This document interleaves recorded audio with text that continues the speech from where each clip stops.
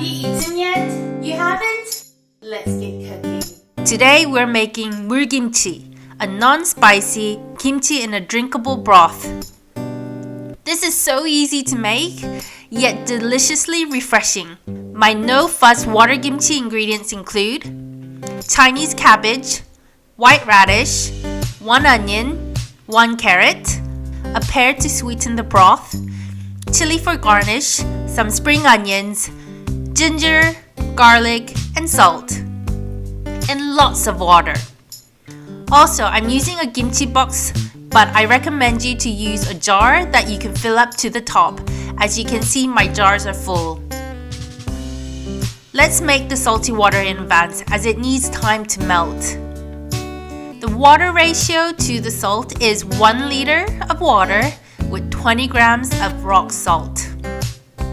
Then we need to chop the vegetables, and that is most of the work for this recipe. Most of the people chop their cabbage like this, but I like my water kimchi in different shapes, so I'm going to chop it like this. The smaller cabbage, I won't even bother to cut it, so I will leave it as it is. Chop the radish in long, thick matchstick style. I tried to slice my onion thin and spring onions the same length. The pear needs a thick slice and make sure you don't add the seeds in. Slice the carrots thinly in circles. I had this flower-shaped cookie cutter, so I used it. So cute, right? The chili is for garnish and also for color, so I sliced them and took out the chili seed. If you don't want chili and want to replace it for the colors, I would suggest red pepper. Slice the garlic and ginger. You want to make sure they are big enough to see. The ginger is in for the broth flavoring, so please do not eat it. That's it!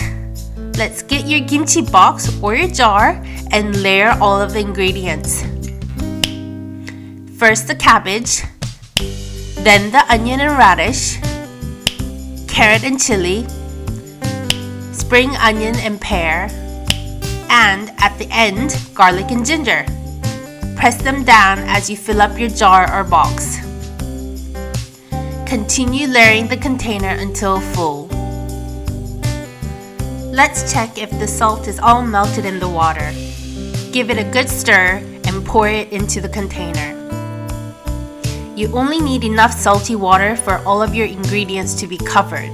This is why it's so important to push down your ingredients so you don't overuse the salty water. The water amount really depends on your ingredients volume. I had too much salt water, so I took some out at the end and didn't use the whole 1.5 liter as the recipe. When you use a kimchi box and don't fill it up to the top, you can easily make it too salty by using too much water. Whereas if you're using a jar, it's much easier to fill it up. When using a jar, leave around 1 centimeter on the top of the rim with no water, as the vegetable juice will come out during the fermentation. Time to close the box, and I added additional protection to make it super airtight. Leave it in room temperature for 3 days and store it in the fridge after. Once it gets cold in the fridge, it's ready to eat. You can see the clear water has changed into a cloudy broth. 짜잔! 물김치! This water kimchi is great to eat when you have Korean barbecue or greasy food. My favorite is to have it with my oven-baked sweet potatoes.